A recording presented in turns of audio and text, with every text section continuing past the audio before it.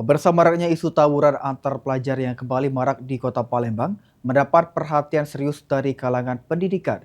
Guna mengantisipasi keterlibatan siswanya, pihak sekolah mulai memperketat pengawasan hingga menerapkan sanksi tegas bagi pelajar yang melanggar. Menanggapi maraknya isu tawuran pelajar akhir-akhir ini, Kepala SMK PGRI 2 Palembang, Edison, menegaskan pihaknya memperketat pengawasan terhadap seluruh siswa. Para pelajar juga diimbau untuk langsung pulang ke rumah usai jam pelajaran selesai. Selain itu, tata tertib juga terus dilakukan perubahan demi ketertiban siswa dan sekolah.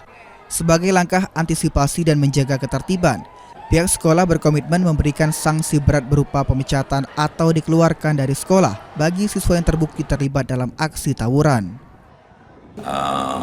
Anak yang terlibat tawuran yang terbukti dia ternyata itu, kami tidak segan-segan untuk melepaskan mereka. Kita kembali kepada orang tuanya. Dan hal ini juga kita sudah berupaya setiap saat pertemuan dengan orang tua juga kita sering sampaikan, mohon bantuannya karena tanggung jawab masalah pendidikan bukan hanya sekolah.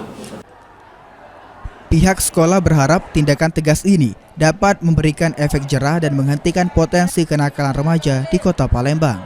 Ilham Wahyudi, PAL TV.